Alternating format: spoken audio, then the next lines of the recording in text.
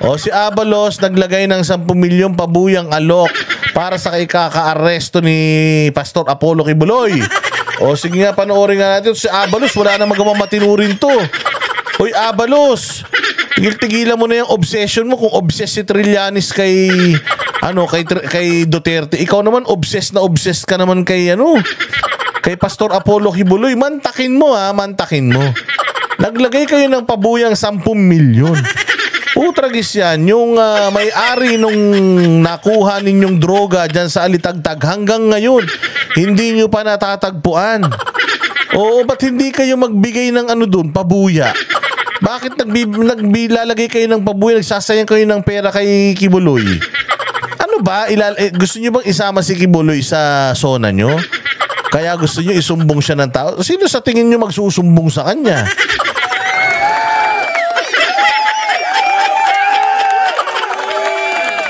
10 milyon lang yung pabuya nyo. Yung Amerika nga, sabi ni Pastor, may pabuyang 2 milyon dolyar. So, 100 milyon mahigit yun. Ano magagawa ng 10 milyon nyo?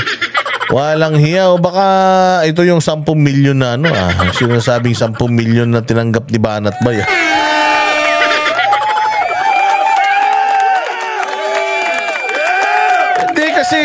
Kasi Secretary Abalos, sa totoo lang, ang daming problema ng Pilipinas.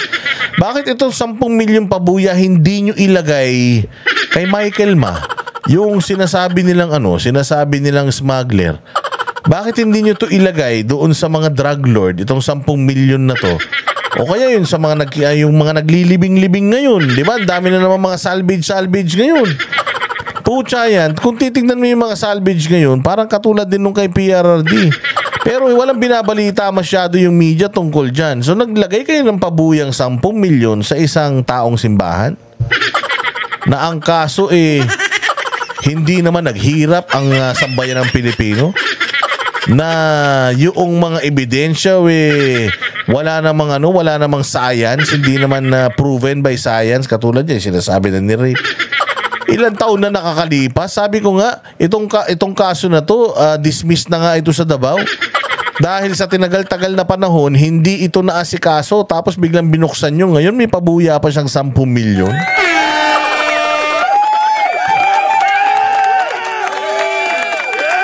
Hindi, alam mo, lagi kong sinasabi na kasi kami, hindi ba, nanggaling kami ng KLC Hong Kong, galing kami ng KOJC Davao, nakaka-attend na tayo ng mga ng kanilang mga anniversaries, nai-invite tayo ng butihing Pastor Apollo Kibuloy. Nagtataka ako kasi maayos naman talaga sila wala naman silang problema. Hindi naman natin nakikita na hindi natin sila nakikita na nagrereklamo, hindi natin sila nakikita mga nakasimangot. Talagang as in asikaso talaga tayo diyan, considering hindi naman tayo miyembro nila. Kaya nga sabi ko, kung ano yung puno, siyang bunga. Kung ano yung nakikita namin sa mga miyembro nila, malamang sa malamang ganun din si Pastor Apollo Kibuloy. Kasi kung si Apollo Kibuloy, sabi ko nga sa inyo, masamang tao, Abalos. Kung si Apollo Kibuloy, totoo yung sinasabi nila na nangmumulestya ng mga bata, sa tingin mo ba't buhay pa to? Kung kayo mismo naniniwala sa Davao Death Squad, dapat patay na to si Pastor Apollo Kibuloy.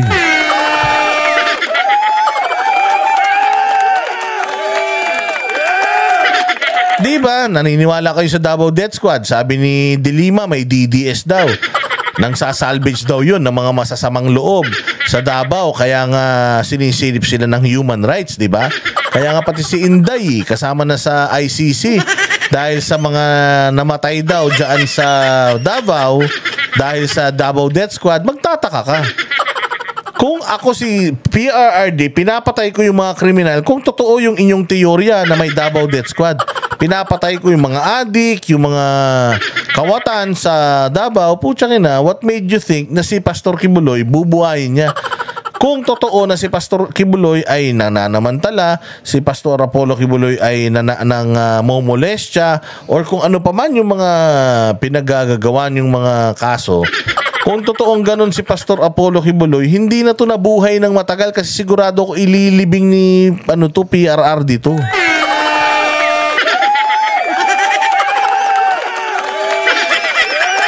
Oo sabi nga ni Black Mamba, death anniversary na ni Pastor, hindi na birthday yung sineselebrate nila kung totoo na may Davao Death Squad. Kaya nga yung common sense dictates na katarantaduhan talaga itong mga kaso ni Pastor Apollo Kibuloy diyan sa sa Senado at yung isinampay binuhay ng piskalya na nilipat sa Pasig at saka sa Quezon City. And masasabi nga natin, so nananawagan ako sa lahat ng Kingdom Nation sa buong mundo. Parang awa nyo na, magparehistro kayo. 8 milyon daw kayo. 7 milyon hanggang 8 milyon daw kayo. Parang awa nyo na, magparehistro kayo at bumawi tayo. Putragis, ito tatakbong senador to. Ilaglag natin sa inidoro, nananawagan ako. Ilaglag natin tong mga kulkul na ito.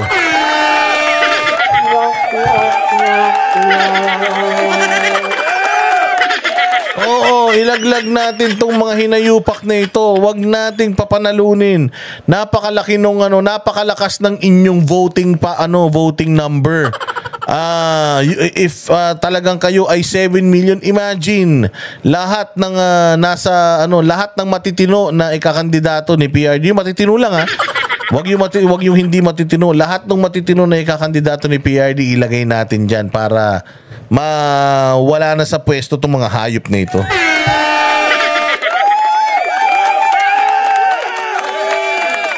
Sige, play natin tong press con ni Abalos. Baka umiyak na naman to dyan. Ihingil kay Pastor Kibuloy.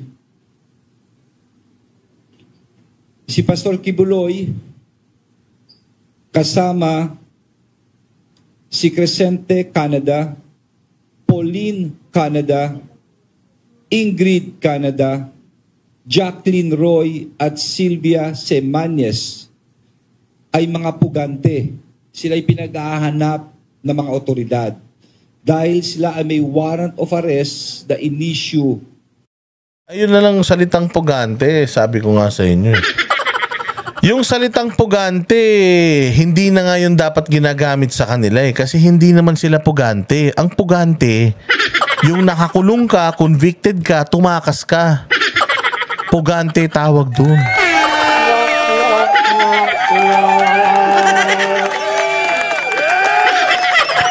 Pugante tawag sa ganun. Itong mga ito, sila lang po ay sila ay wanted.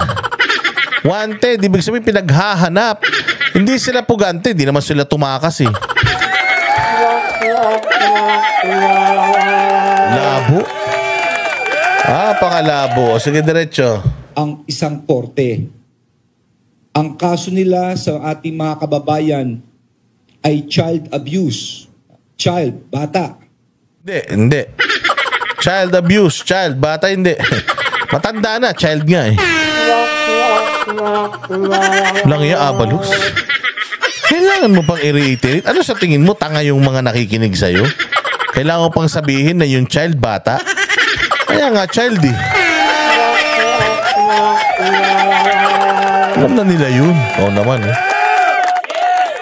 And exploitation, child abuse and exploitation at qualified trafficking. Hindi biro ang kasong ito, kaya ito'y walang piyansa, ang sabi ng korte.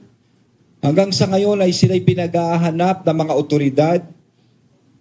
Gusto ko hong i-anunsyo sa mga nanonood at nakikinig na meron tayong mga kaibigan na gustong tumulong sa paghanap sa kanila at nag-o-offer ng reward ng 10 million pesos.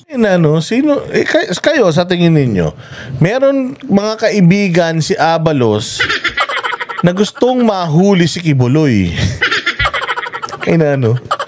Ang daming may kaso sa Pilipinas, merong rapist, serial rapist, kriminal, serial killer, di ba? Ang dami ng mga nakaraan. Inakyat yung bahay, yung babae, pinagsasaksak, patay. Oo, yung naman, matanda, pinagpapalo sa ulo, patay.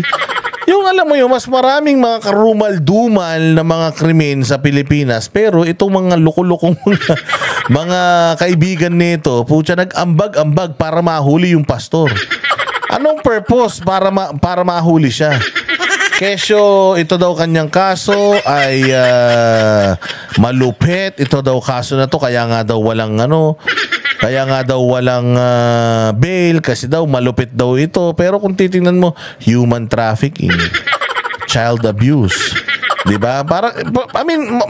Malupit talaga ng mga kaso 'yan, pero I believe marami pa pong mas malupit na kaso ang mga ibang mga kaso dito sa Pilipinas.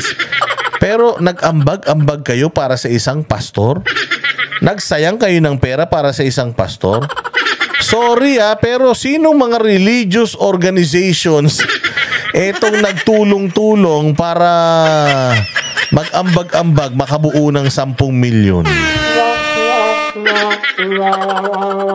Kasi kung halimbawa ako, I have money, di ba? I have money, siguro hindi ko gagamitin to kay pastor. Gamitin ko to sa iba. Halimbawa, yung nawawalang sabungero, di ba? Yung nawawalang sabungero, gamitin ko doon yung pera kasi ang tagal-tagal na nun eh.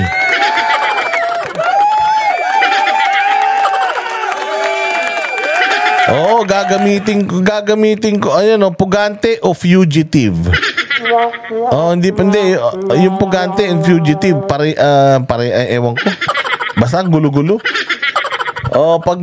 Kung may nag-ambag, duda ako na 10 million lang ang nakuha nila. Ay grabe, pati ba naman yung reward? Hindi nga lumalabas nga na 10 plus yung kasama niyang mga bali 5 sila eh. So parang lumalabas 14 million yan. 14 million. Pero sino ang mag-i-interest kay Pastor Apollo Kibuloy? Pucha, baka mamaya Amerika pa yan ha.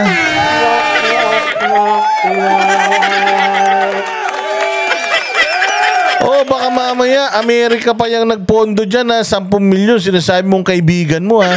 Kasi walang may ibang interest sa kanya. Kaya nga siya nagtatagot, hindi nagpapakita dito. Kasi kaya naman niyang harapin yan eh. Kaya lang hindi nga daw niya hinaharap yan. Kasi nga dun sa extraordinary rendition.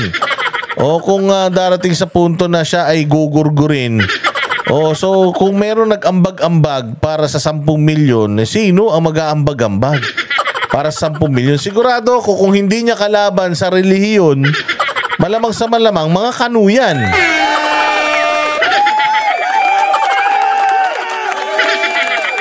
So maganda nga, Abalos, dapat i-disclose mo yan kung sino yung mga nag-ambag-ambag. Di ba? Para mabigyan natin mabigyan natin ng recognition, di ba? At least dapat ma-recognize talaga yung mga yung mga malulupit na mga kaibigan mo. Kasi syempre, mahal nila Pilipinas, ha?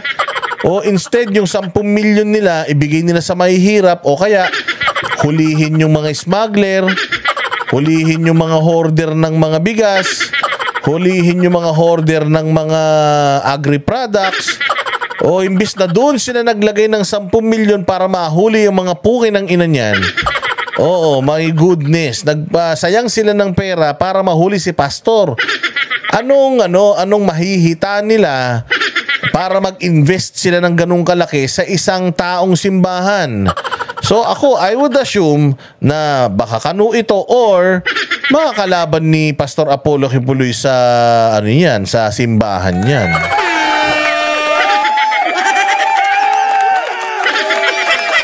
Sige na, punta na kayo kay Banat Bay. Punta na kay Banat Bay. Naka-live na si Banat. Go. Pero tapusin natin to. No. For any information leading to the arrest of Pastor Kibuloy and 1 million each for Crescente Canada, Pauline Canada, Ingrid Canada, Jacqueline Roy, at Sylvia Semianes. So that's 15 million. 1 million each and then this 10 million kay Pastor Apollo Kibuloy. Anak ng tinapay. Talaga naman. Naka-live na si Banat. Go na kay Banat. Tapusin lang natin to and then lahat tayo manood doon. Inuulit ko, meron pong reward na 10 million sa mga taong makakatulong sa pagdakip ng mga pugante na si Pastor Apollo Kibuloy. At 1 milyon naman kay Crescente Canada, Pauline Canada, tigi 1 milyon ito 1 milyon kay Crescente, 1 milyon kay Pauline Canada, 1 milyon kay Ingrid Canada, 1 milyon kay Jacqueline Roy at 1 milyon kay Sylvia Semianes. Yes, palakpakan. So ayun, just like what we are saying, so talagang even this government, even DILG is if you can see, nakafocus talaga sila kay Pastor Apollo Quiboloy, as if pag nahuli nila si Pastor Apollo Quiboloy, alam mo yun, baka mawala yung problema ng Pilipinas. Yung mahal na presyo ng bigas, yung gutom ng Pilipino, baka sakaling maibsan dahil dito sa 10 milyon 10 milyon na hayop na yan na na patong sa ulo ni Pastor Apollo Quiboloy. Medyo sabi ko nga ibang klase talaga. Ibang klase talaga itong gobyerno natin. Nakatutok sila sa maling mga problema. Nakatutok sila sa maling mga tao kasi okay lang naman na na maglagay kayo ng ransom, pero siguro maganda lahat ng wanted sa Pilipinas. Mga serial killer, serial rapist, mga pusher, mga drug lords. Dapat lahat yan lagyan natin ng patong sa ulo. Pero the fact na isang pastor, matapos kayong mag-issue ng warrant of arrest ng yung, alam mo yung napakaraming pulis na nag-issue ng warrant of arrest against him, SAF pa yung ginamit, ang dami-dami. Yung terorista ay hinuli doon sa sa Mamasapano, 41 lang yung pinadala nila. Pero dito si pastor ang huhulihin, putya yan. Ang dala-dala nila daan-daan na mga SAF. So talagang masasabi mo talaga na OA talaga itong gobyerno sa kaso ni Pastor Apollo Quiboloy. Alam mo, ako naniniwala na talaga ako na unti-unti nagiginang parang si Teves ito. Kalaunan, magiging na tong terorista, kalaunan, i-freeze na yung assets nitong Kingdom of Jesus Christ na ito. Kasi ako nakikita ko talagang ang interest nila dito. Ang interest nila dito yung simbahan at saka yung yaman ng simbahan Ako para sa akin ninanakaw nyo na yung pera ng gobyerno. Ninanakaw nyo na yung pera ng pamahalaan. Hindi ko sinasabi si Abalos Yung mga kurakong, ewan ko kung kurakong yan. Pero yung mga kurakong, ninanakaw nyo na yung pera ng sambayan ng Pilipino. Pati ba naman pera ng simbahan gusto nyo pang kunin?